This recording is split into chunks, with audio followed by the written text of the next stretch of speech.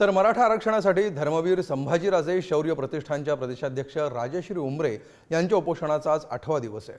छत्रपती संभाजीनगरमधील क्रांती चौकात उपोषणाला बसलेल्या राजश्री उमरे यांची प्रकृती खालावली आहे। त्या उपोषणावर ठाम आहेत आणि पालकमंत्र्यांसोबतची त्यांची चर्चा निष्फळ ठरली आहे। मराठवाड्यातील मराठा समाजाला कुणबी प्रमाणपत्र देण्यासह विविध मागण्यांसाठी हे उपोषण सुरू आहे।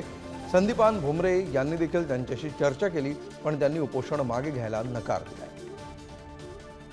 जोपर्यंत आमच्या या मागण्या मान्य होणार नाहीत तोपर्यंत उपोषण मागे घेण्यात येणार नाही आणि 17 सप्टेंबरपर्यंत जर का आमच्या या मागण्या मान्य नाही केल्या तर 18 सप्टेंबरची पहाट मी पाहणार नाही आणि 17 सप्टेंबर निमित्त कुठल्याही मंत्र्याला ध्वजारोहण करता येणार नाही अशी परिस्थिती संपूर्ण मराठवाड्यात झालेली पाहायला भेटेल।